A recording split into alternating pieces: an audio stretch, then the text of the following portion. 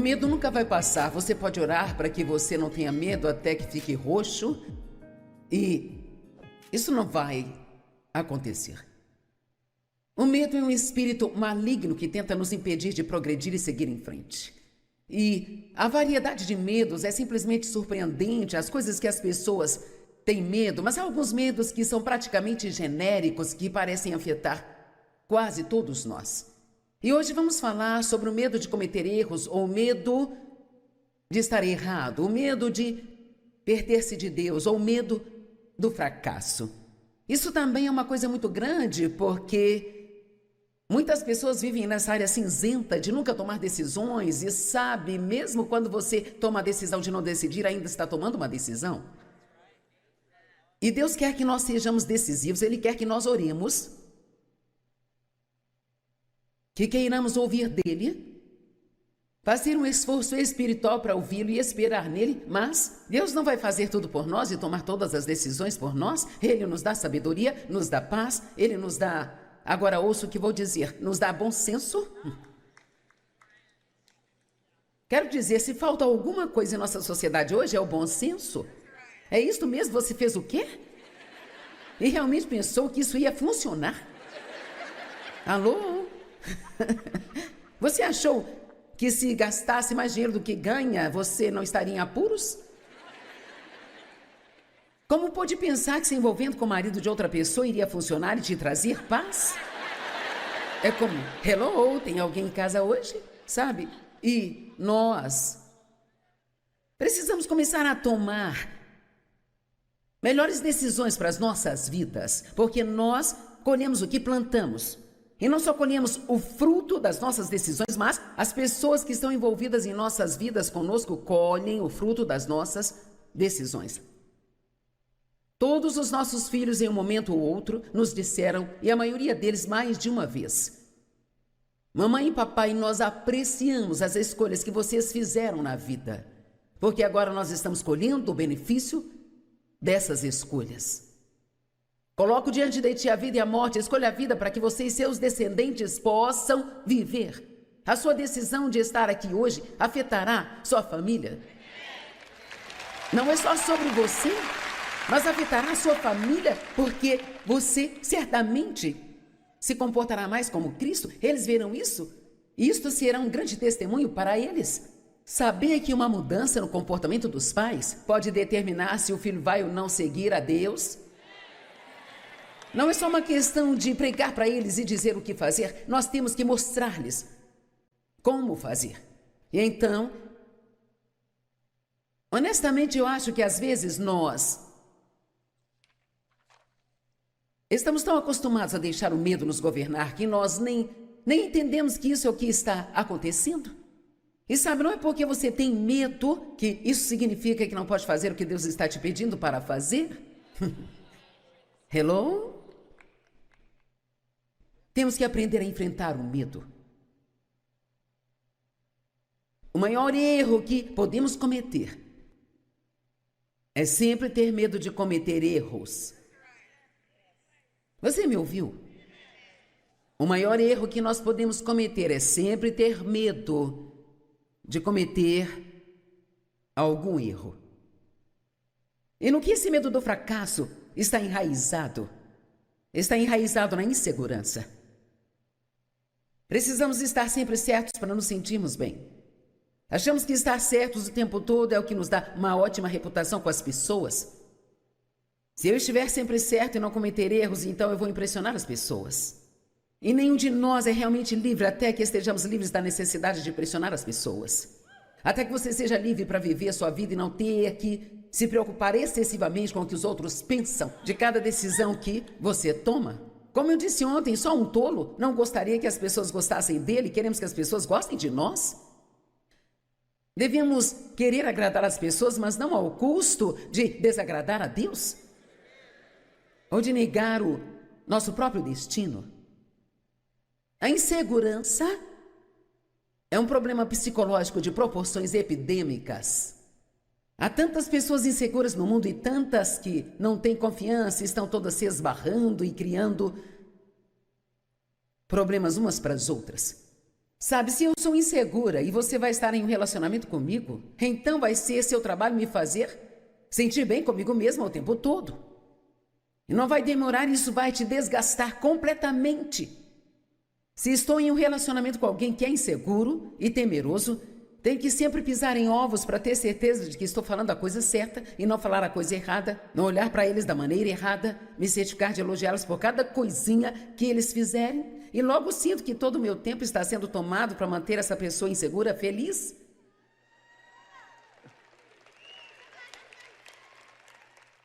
Vamos, quantos tapinhas nas costas você precisa todos os dias? Com elogios e palmas para se sentir bem consigo mesmo. Todos precisamos ser encorajados, mas nós não precisamos ansiar por isso, não precisamos ter isso para passar o nosso dia.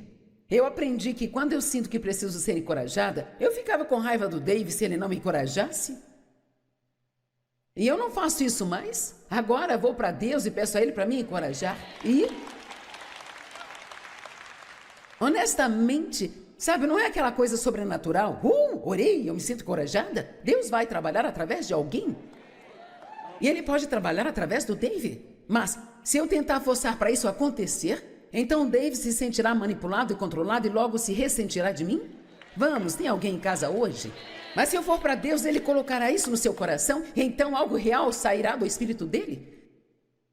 E as coisas começam a mudar. Você tem que ter cuidado se está sempre ficando com raiva dos outros porque não estão fazendo você se sentir bem.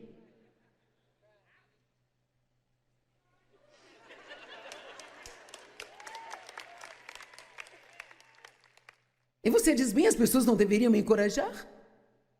Sim, mas eu estou te dizendo, você tem que ir para Deus. Deus é insultado quando nós o ignoramos e tentamos fazer com que as pessoas nos deem o que Ele quer que nós recebamos dele. Deus quer que nossa segurança esteja nele e somente nele e em mais ninguém. Então, Filipenses 3, verso 3, pois nós, cristãos, somos a verdadeira circuncisão. Nós que adoramos a Deus em espírito e pelo Espírito de Deus. E exultamos e glorificamos e nos gloriamos em Jesus Cristo. Agora, aqui o que ele está dizendo é que o nosso mérito e valor estão totalmente em Cristo. Veja, nós temos que entender que nós somos o que eu chamo de tudo e nada. Nós somos tudo em Cristo e nada sem Ele.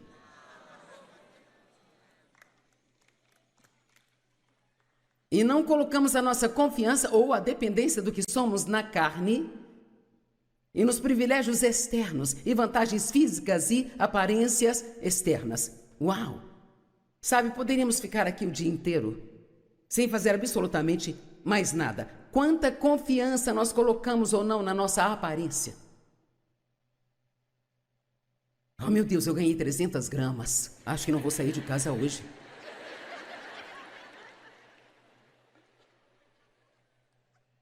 Estou com uma espinha e todo mundo vai ver isso. Aí colocamos um quilo de maquiagem nela e agora sim todo mundo vai ver.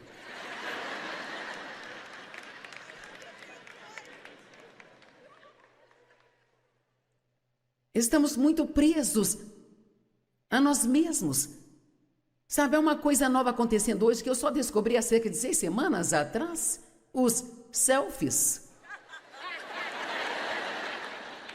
E são, eu acho que estou atrasada, veja, todo mundo já sabe, mas há 6 semanas eu nem sabia o que era isso. Eu estava falando com uma amiga e ela me disse, Joyce, eu tenho 450 milhões de selfies, eu posto todos os dias. Agora, uma selfie é quando você se senta e tira fotos de si mesmo e posta no Facebook. Tem fotos de você comendo.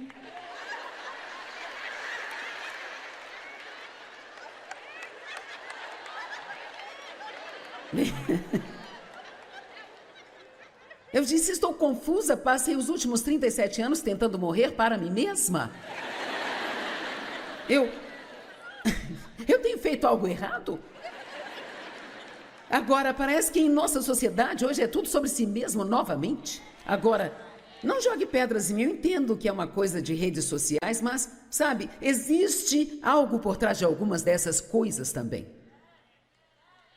Que eu acho que é todo mundo lá fora querendo ver o que eu estou fazendo o dia inteiro, sabe?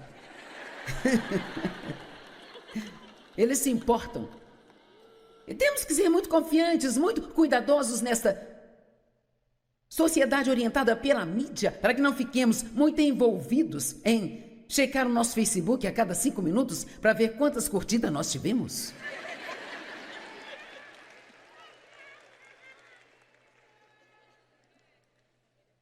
É melhor ter cuidado se você posta uma foto e depois de 5 minutos fica querendo ver quantas pessoas deram like, ou se as pessoas não gostaram, você fica chateado o dia todo, se sentindo inseguro. Vamos lá, quantos sabem que isso está se tornando um problema entre as pessoas? Está mesmo? Então eu vou falar a verdade. Obviamente nós temos Facebook no ministério. Eu não saberia te dizer quantas pessoas dão like em mim ou não diariamente. Eu não saberia te dizer. A menos que alguém me conte no escritório, eu não sei te dizer realmente quantas pessoas temos. Eu não vou entrar nisso, sabe? Porque eu não quero deixar que o meu valor e mérito sejam amarrados nisso. Eu sei que sou filha de Deus. E eu sei que Ele pode fazer qualquer um gostar de mim se Ele quiser. Mas eu não posso fazer ninguém gostar de mim. Amém? E todas as minhas fotos que você vê por aí, não fui eu que tirei.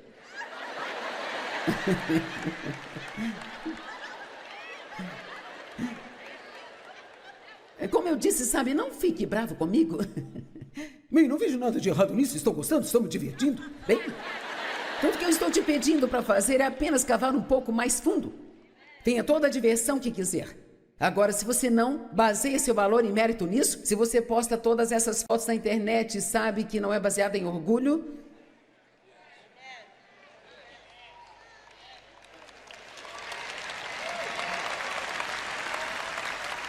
se você souber disso e seu coração estiver bem com Deus, faça uploads o dia todo. Mas o meu trabalho como professora da palavra e ministra do Deus vivo é ajudar as pessoas a chegar diante dele humildemente, confiantemente, sabendo quem elas são em Cristo e assim não ficar presas a tudo aquilo que sempre está indo e vindo, porque nem tudo que está acontecendo lá fora é de Deus. Então, Paulo propositalmente disse: eu não coloquei nenhuma confiança, nenhuma dependência no que eu sou na carne, nem em privilégios externos. De que bairro foi que eu vim, qual é o nível de formação que eu tenho, a escola que estudei, que posição eu tenho no trabalho, que título eu tenho no trabalho. Não importa se você é um coveiro ou um médico. A única coisa que importa é se você está em Cristo. Isso é tudo que importa. Amém? Então Paulo faz um longo discurso aqui, que eu não vou ler, mas o capítulo 3 de Filipenses é um capítulo maravilhoso, sabe? Da Bíblia, que vale a pena você ler. Por favor, leiam. E recebam uma revelação profunda. Paulo passa por aqui e ele fala sobre todos os privilégios que ele tinha. Privilégios carnais. Ele era bem formado, fariseu dos fariseus, sabe? Quero dizer, era nata de toda aquela cultura. Era respeitado, era bem visto. E ele disse: eu considero tudo como lixo, esterco, comparado ao privilégio de conhecê-lo como meu Senhor e Salvador. E ele disse: o que eu quero é ser conhecido e encontrado nele, não tendo nenhuma justiça em mim, mas somente aquela justiça que, sabe, a única reputação que realmente precisamos é a que Deus nos dá. Deus pode cuidar da sua reputação sem que você deixe as pessoas te controlar e sem que você viva debaixo da tirania de constantemente ter medo de que você não vai sempre fazer tudo certo. Por que não vai? Eu também não. E é claro, uma das melhores coisas que Paulo disse, verso 10, pois o meu propósito determinado é conhecê-lo. Uau!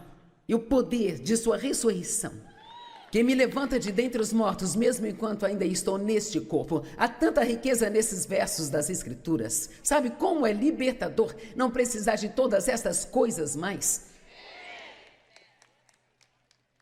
Aquele que o Filho libertou realmente é livre.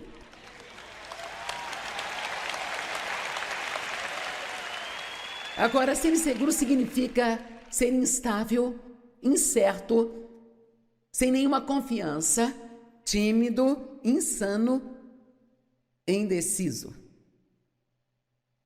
E muito dessa indecisão, desse medo de cometer erros, medo de dar um passo, vem daqueles medos que nós temos com respeito a nós mesmos.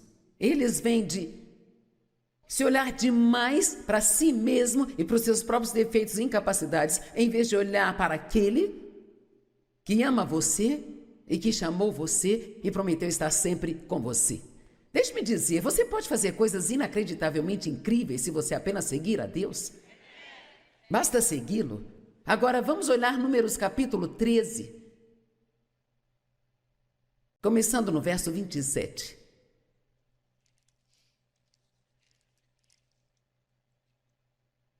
Comecei falando que estas são escrituras muito familiares, mas honestamente elas só são familiares para as pessoas que as ouviram. Eu tenho que ter em mente que entre essa audiência, as pessoas assistindo pela TV, tem milhares de pessoas que nunca ouviram nada parecido com o que estamos falando e que estão andando na escuridão, e é nosso trabalho levar a luz.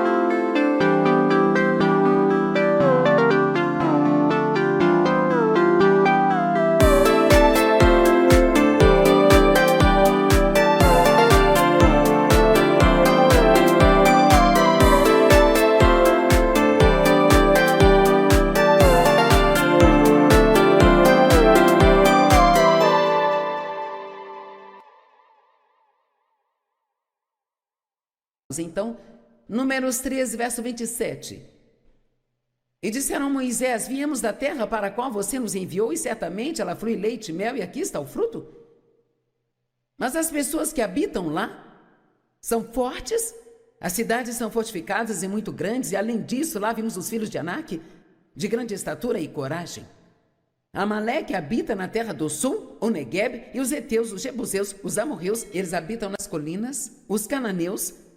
Sempre gosto de dizer que todos temos nossos próprios Deus.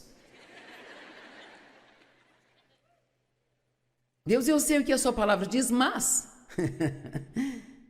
E aos cananeus, os jebuseus, os fariseus, os heveus e...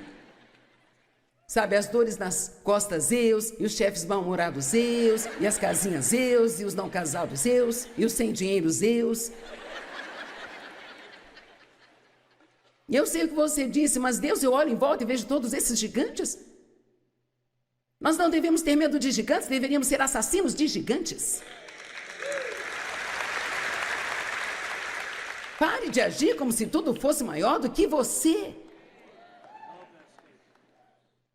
Você é mais do que qualquer coisa que vem contra você com Deus do seu lado. Bem, Mas eu tenho tanto medo. A única maneira de superar isso é tendo alguma experiência com Deus. Você tem que sair do barco. E se eu afundar? Bem, se você afundar, você vai ser pego, voltar para o barco, se enxugar e tentar de novo.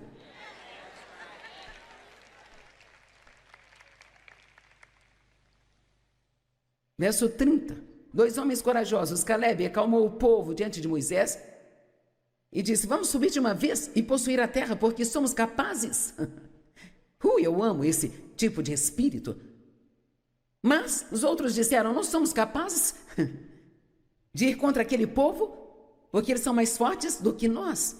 E então levaram os israelitas um relatório maligno sobre a terra que tinham explorado, dizendo: a terra que fomos espionar é uma terra que devora os seus habitantes, e todas as pessoas que vimos lá são de grande estatura. E agora vem, e lá vimos os nefilins ou gigantes, os filhos de Anak, que vêm dos gigantes, e nós éramos aos nossos próprios olhos como gafanhotos, e assim nós éramos aos olhos deles.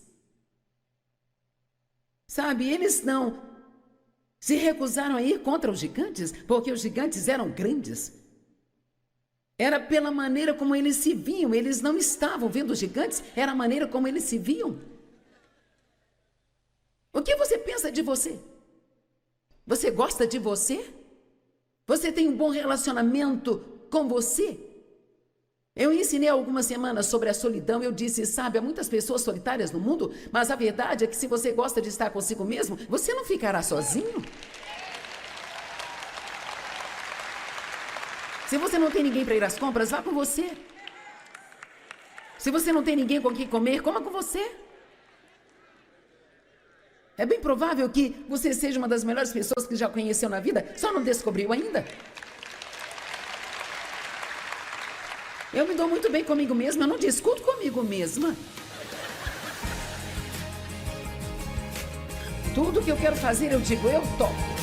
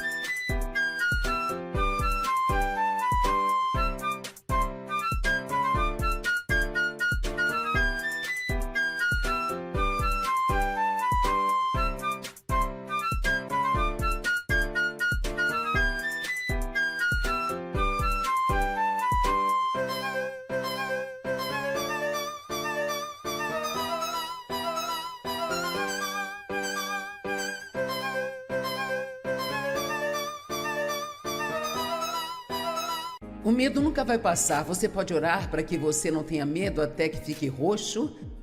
E isso não vai acontecer. O medo é um espírito maligno que tenta nos impedir de progredir e seguir em frente. E a variedade de medos é simplesmente surpreendente, as coisas que as pessoas têm medo, mas há alguns medos que são praticamente genéricos, que parecem afetar quase todos nós. E hoje vamos falar sobre o medo de cometer erros, ou o medo de estar errado, o medo de perder-se de Deus, ou o medo do fracasso.